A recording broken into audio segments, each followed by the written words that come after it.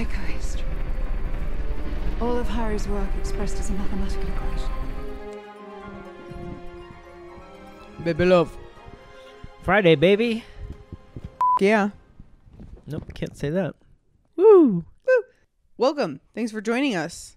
If this is your first time with us, feel free to go back and watch our take on episodes 1 through 3. Foundation, episode 4. Barbarians at the gates. I think we're really hitting our stride here in this episode, and I think our storytellers are as well. I agree. Yeah. A little more wordless exposition and wordless storytelling in this episode, I felt.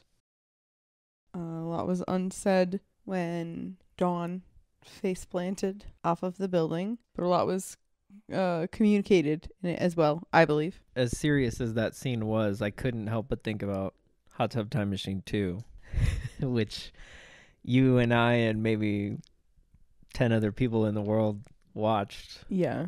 I think it kind of like waved its hand in my peripheral vision. I was like, no, don't think about that. Yeah. I wonder if Don is aware that his kinetic aura is going to catch him from this. He seems pretty distraught, as if he realizes. Yes, I don't think so. The level of terror on his face conveys a level of conviction that to me says he's made the ultimate decision. Yeah, he's not unaware that he can't be unaware that he has the aura, though. It's right. Controlled by the bracelet, which we see him wearing. I just don't think they're thinking about that. I could be wrong. Yeah. He could have done exactly what he was doing. But if that was the case, I think he would have been quicker to play it off with the girl in the garden. And the fact that that doesn't even occur to him, apparently. Yeah, I think you're right. Speaking of the kinetic aura, how about Empire's bedchamber? How about it? Got a little spicy in there. Slow touch. I liked it, but then Demerzel. Yeah, Demerzel. Come on. This clock supersedes. I almost went way too far with that. Whatever you're doing. We get a little more into the politics of the world here with Proxima Opal has passed, yeah. On what looks like maybe Jupiter. I would never presume to know the name of any of those planets. It doesn't really matter what planet it is because it seems like they lit the whole thing on fire with their signal fires. I was very confused. We paused it because I had to ask if they bombed their own world. Yeah, they just lit the whole atmosphere up. It seems dangerous. Yeah, it does. Don't they need that air for breathing? One's more important than the other. I guess they're really sad. Well, what is it? 3 trillion followers? 30 trillion? 3 trillion. That's a lot. In Luminism. So, Zephyr Gilead is the presumed successor, and Zephyr Halima Ifa is the new one, which is presenting the idea that the clones don't have souls. Yeah, a return to the primary octavo. How many octavos are there? I don't know. Maybe that's in the books. They talk about how many octavos there are. Do you think they go over the revisions? Yeah. Yeah, So, I'm sure it gets down real into the nitty gritty. Really granular? Yeah. A lot of hard-hitting stuff. What is your stance on clones having souls? What was the sheep's name? Dolly? Yeah. Did Dolly have a soul? Do animals have souls? Whoa. Okay, this is not. They all seem to be, and we talked about this last episode, they all seem to be pretty distinct people, even outside of their hobbies, which we argued might be their only differing trait. I think this episode makes it pretty clear that they're all very different. Cleon the knitter. Cleon the etymologist. Cleon the hacky sacker. Yeah. So being very different people, despite them being genetic copies, yeah. But I don't think we've determined that they really are different people. I think we've determined that at different stages of their life, they're different people. We've yet to see if there's actually variation from day to day. Like, we know there's variation from day to dusk. And I'm still kind of on the fence. It's addressed a little tiny bit in this episode towards the end. But right. At one point, Day says that if we don't have souls, then we are less than rather than greater than the sum of our parts. If the people believe their leaders to be less than them instead of greater than, they're at risk. Yes. And also the parallel of having 3 humans with souls is better than having one human with a soul. I like the concept that as three people, they share the responsibilities. I mean, that's the benefit of ruling in 3 generations, right? You get the wisdom of old age, the confidence of youth, and the curiosity of youther. It does not seem to work out that way. It seems as though Day is always the ruler. Yeah. So you always get this super confident, kind of bullheaded approach. You've lost the youthful wonder. You haven't gained the hindsight of old age. It seems as though Day makes the same mistakes over and over again, kind of like Demerzel said in episode 1 or 2. You always make the same decisions. So it almost seems like having those 2 other figures, they're just figureheads. They're not functional. Maybe. I would argue she didn't say you always make the same decisions. She said it always ends like this. Like it's always that hard-handedness. Well, it's not literally always hangings, but I heard from Demerzel, you always choose a bold and violent show. Yeah. So if Dawn, who was curious and not at all ready to do all the murders, had actually had a say in Empire's ruling, things might have gone differently, but it's just Day. Next up, Salvor gets captured by that Anacreon who wants to go to the vault. I think you were right, actually. It wasn't the vault she was talking about. She was talking about the tower where they keep the module, and then Salvor leads her to the vault. Yeah. Darn it. I said that in the first place, and now I sound silly in front of our audience. It's okay. They'll figure it out. So the vault knocks her out. Salvor's superpowers are coming in really handy. Yeah. Oh, there was another thing I wanted to touch on before we move on from Empire. It will come back around, but Day being the primary emperor was something we were curious about, which was confirmed in this episode. A primary emperor has never been off-planet since the beginning of the genetic dynasty, which, what a cool way to say clone leaders. Genetic dynasty. Yeah, it sounds way less creepy than clone leaders. Clone empire? No, genetic dynasty. Sorry, back to Salvor and her superpowers. She can interrogate with a coin. Yeah, that was kind of cool. I talked about this a little bit last episode about Salvor being psychically manipulated by the Bishop's Claw. Yes. And I think that may be in the ballpark of what's going on here, but the reality is Salvor is just empathic. It's potentially just the vault, I guess, is what maybe we're more led to believe. What's your interpretation? Well, we got some confirmation in this episode that little boy is a hallucination. It does lead a lot of credence to some kind of mental manipulation. Yeah, I mean, the show is just giving it to us at face value that the vault is manipulating her. And I don't know why I don't want to believe it. Like, she's said it multiple times now, and I'm still trying to come up with a different answer. I love your theory of Bishop's Claw being psychically connected to her. I hope that is what it is. Yeah, me too. I like that. We've seen psychic bugs in sci-fi before. Oh, definitely. Starship Troopers. We talked about that. Wait, are they psychic, or are they just dig a hole into your brain and use your brain? I don't remember how they ended up communicating. Yeah, I think they tap into your brain. Gross. Are you thinking of Ender's Game? Is that the one? That's the one. Psychic? Yeah. We find out that Farah is the Great Huntress. The Great Huntress of Anacreon. Sounds like kind of a big deal. Yeah. And she says something about Larkin Cain. We don't know who that is yet. Yeah, we do. That's the fabled Great Hunter of Anacreon. The bow that they gifted the Empire in the beginning is carved from the wood of the Great Talon Forest, which is also where the bow of the Great Hunter, what's his name? Larkin Cain? Yeah. Where his bow came from. Wow, look at you. Thank you. Thank you very much. I don't know the correlate. I got he's the original leader of Anacreon, and now it's been passed on to. They know she's the Great Huntress. Right. Oh, silly me. Well, we can scrub all that. Oh, you had some stuff to talk about? No. Larkin? No. Okay. I really enjoyed the scene where Day is playing the clip Harry's prophecy to Dusk. At one point, Day is so upset and he is mouthing Harry's words into his fist. Yeah. Oh my God, so over the top. So amazing. Yeah. A lot of this episode is like, Day is obsessed with episode 1 of this show. It's like he's been Yes. watching episode 1 on repeat since he Yes. was 7 years old. Wow. Yeah, that's pretty much exactly what it's like. Yeah. I mean, I feel like I watched it a week ago and he knows it better than I do. Yeah, he could do it all. Yeah. Word for word. Word for word. Yeah, a lot of things went wrong for Dawn around that time. He's salty about it. He's bitter. I think that's when he started paying attention. Well, and a few things happened that kind of were unavoidable. Right. Politics really ramped up Yeah. for the Empire that year, I would say. Right on plan with Harry's predictions. Yes. And I think Day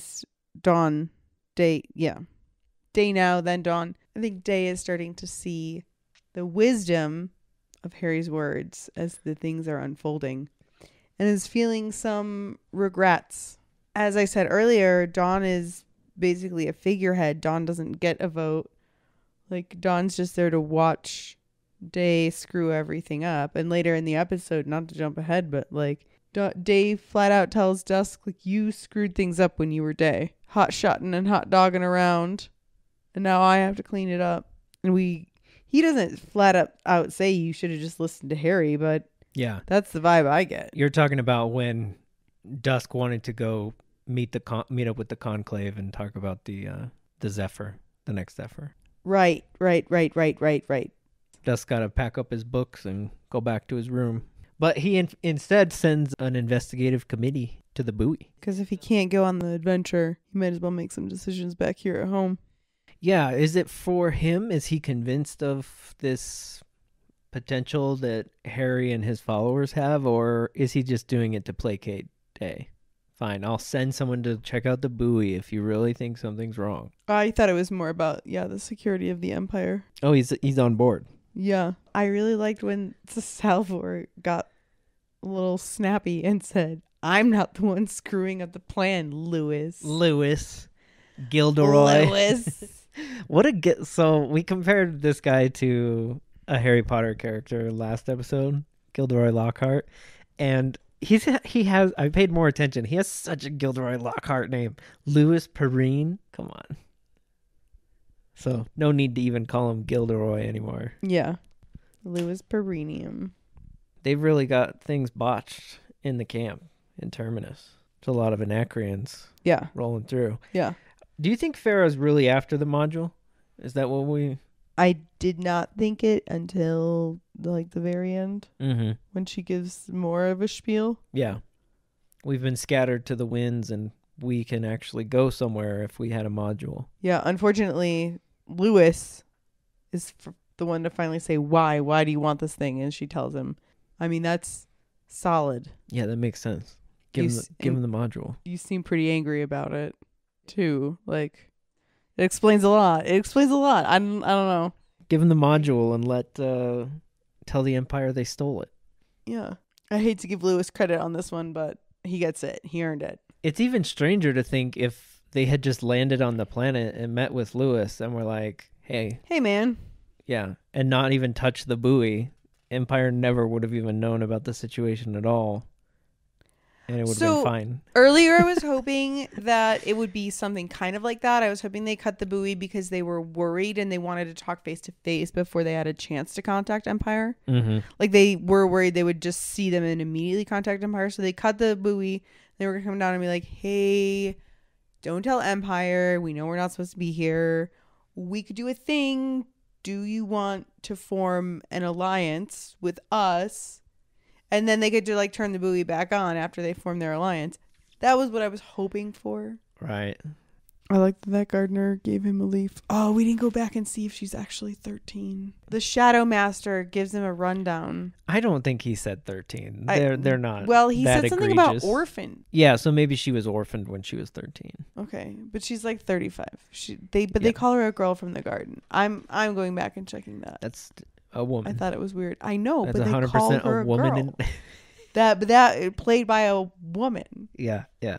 It was weird. I don't think it's. I mean, I think it's I think it is what it is. It's not. We're not being led astray on this one. We can take it at face value. No, I just think it was weird casting choice is all. No, I'm telling you, I think it is what it is, and they cast a 30-year-old woman for a 30-year-old part. We're not supposed to think she's a teenager in any way. I'll take you at your I'm we'll call that my prediction. We'll check back in on that later. What did she need to give him medicine for his bruises? Because she saw him hit the pavement. Yeah, but and then there's no bruises on that. When he walks up to talk to her, he's like, oh my God, you're right. That's so dumb. Sure. Okay. He really does a lot of homework to check up on this leaf. I feel like there's no way that he's that doubtful. Remember how terrified the tailor was when he was fitting what is now Brother Knight? The terror in these people's lives for doing something wrong. They used to be terrified to carve the peacock incorrectly. So they definitely wouldn't be so bold as to poison him in broad daylight with a leaf from his own garden. Exactly. But maybe times have changed. And also, like, Cleons have changed. This is the same Cleon that said, erase the mural, I don't need it, right? Yeah. Like, apparently tried to unalive himself. This is not your run-of-the-mill Cleon. Something is different about this one. And they're clearly disappointed in him, too. At one point when Dawn misses, they all say blessings or something at the same time about Opal dying. Yeah. He falters and misses the line, and Dusk turns over and looks at him like, oh, my God, this guy. And Day, like, reams him a new one. He seems like he's constantly laying into him. Yeah. Yeah, I think they're aware that something is up with 14. And there's no, like, clauses. I actually had thought about that when she saw him fall, and later on he talks to Obrecht about getting rid of her or dealing with it. Yeah, it occurred to me, like, yeah, if it comes out that he did that and the brothers heard about it, you have to believe that they would eliminate him and grow a new one, right? Do they have the technology to speed up a clone growth? That I don't know. I mean, because I think the really smart thing to do would be to just decant two at a time and keep one, in a garden. Guarded by a minotaur or something. So he's the right age. And he could pop in at any Keep time. him in a space labyrinth? Yeah. With, like, apples and friends and stuff. It does seem very rigid in, like, the It's amount like of time. Yeah. I'm sure it's still worth it for as structured as their lives and, like, the performance of their leadership. You falter in that. You're going in the clicky bug light. Early ascension. Congratulations, Brother Don. Conform or combust, I guess. Not a lot of our boy Hugo this episode. He's so cool. He's so cool. His jackets are on point, that's for sure. Yeah, there was almost no Hugo. He was the manservant in this episode. I really liked that coin scene. How about the scene immediately following where she cowered and shook because of the darkness that she found inside of the Huntress of Anacreon? Acting is hard. I think that's well said. I think we should just leave it at that. Let's leave it at Acting, yeah. Acting is hard. Very well said. Okay. Kudos. So we're towards the end of this episode here. The blow up between Day and Dusk and the switcheroo on the ship and Demerzel. Would you say she sided with Day when she tells Dusk to pack up? Or did she have no choice because he's primary Empire? Had no choice. I think that's apparent by her line. She's not into it. That line is so good. Certainly the Empire will no longer suffer from bouts of irrational impulsivity. Man, I'm really not liking these, like, cliffhangery endings. So you did a little more research and discovered that this was initially short stories? Yeah. I think they were written in 42. Makes a lot of sense with this writing style. Like you pointed out, specifically the development of Empire. Mm-hmm. In episode 3. And in this episode as well, like you've got bite-sized stories in this world that don't necessarily have to be connected over decades and centuries, but can be. Right. So yeah. It does have a bit of a vignette feel. Not exactly the monster of the week that we were talking about. I do like the ability to move through the timeline a little bit more fluidly. I'm curious to see if that keeps up. We dealt with this a little bit in a recent show, this time manipulation, and it may come into play again with our ending here with Gale, because we've hopped through time so much at this point, we don't really know where Gale fits in yet. Yeah, we know where we left her in the Right. timeline, but we don't know where we'll pick her back up. Which is something like 20 years? 20 years after Harry is where Terminus is. 28H. 20 AH in Selden's name. Hey guys, I wanted to jump in while editing here. I noticed something. It would actually be 17 plus 19 years. Since it's 19 years after the bombing, we see 14 born, and then he's 17 when they send the buoy. So, there you go. Math. Well, oh wait, speaking of math, there was a math line. What was the math line? If you both were laughed better at? at math, you'd know that repeated luck is not just luck. I like when she used it again in the interrogation. In the interrogation, yeah. Don't forget, it's a math show. We're watching a math show. Yeah, you forgot, didn't you? Yeah. Don't you dare. Oh, when Day is chastising Dusk's math committee that was appointed to look into... Yeah, we didn't talk about that. When he's chastising them... He's upbraiding them for their pathetic math. There's a line where he says, the master... What's his name? Master statistician Tivoli. He says that that psychohistory is just fortune teller cards and divinations and all that. Harry was the professor at the University of Psychohistory. He was the professor of that subject. Right, he earned quite a bit of mathematical prestige before he became a quack. But this statistician feels obligated to, like, he's a yes man. He's just there to say, like, oh, Empire, you're so great, that could never come true. And this here, Day is saying, like, you are effing useless. I believe also uses that in his attack on Dusk. He's like, you hired these yes men to do fake math. He does, yeah. And tell you that the prophecy was wrong. Like, this is garbage. This is a waste of everything. Yeah. They're confirming their own... Self-confirming. Self-confirming, yeah. So why didn't we just get psychohistorians and try to stay ahead of this thing? Well, that's what I'm saying. In the first episode, it's presented that as if psychohistory is a field in this school and that it is just, something that people do. And in this episode, it's more presented like that one-off Harry and his psychohistory thing. Well, we know that only Harry and Gale could understand the Prime Radiant. Oh, the math ball? Right? The glitter ball. However, wasn't psychohistory already established outside of the Prime Radiant such that there should be plenty of people studying it, even if it's not at that level? Yeah. So how are there suddenly no psychohistorians? If there was a whole department of it, it couldn't just be Harry. Right. Aren't there at least some not Exactly. very good psychohistorians? Why do they have statisticians instead of psychohistorians? Oh, no, I just figured it out. They're all in the cult. They went on the cult ship. He took all of... Every single statistician on the planet. He took the whole psychohistory department at the college and That's called brain drain. It happens. brain drain? Yeah. That sounds like something from Blade Runner or something. Yeah, it's a thing where either one country or one company goes in and buys up all of the brain power at another company. Brain drain. Because they have the money. Yeah, and that's Okay. why it can end up with these conglomerates that have all the best and the brightest. They get sucked out of their startups by money. Right. Like John Galt. I don't think so. Well, I guess John Galt... He's just one guy. Does John Galt scoop everyone up, or is it... Who cares? Who cares about Ayn Rand? No, nobody cares. Well, I guess that's the end. We'll see where that gun's pointed next time. And we'll see what Gale was floating into. It looked very Empire-ish, don't you think? Yeah, Yeah. it did. Reminded me of the ships that we've seen them take off in, and When they explode the gash.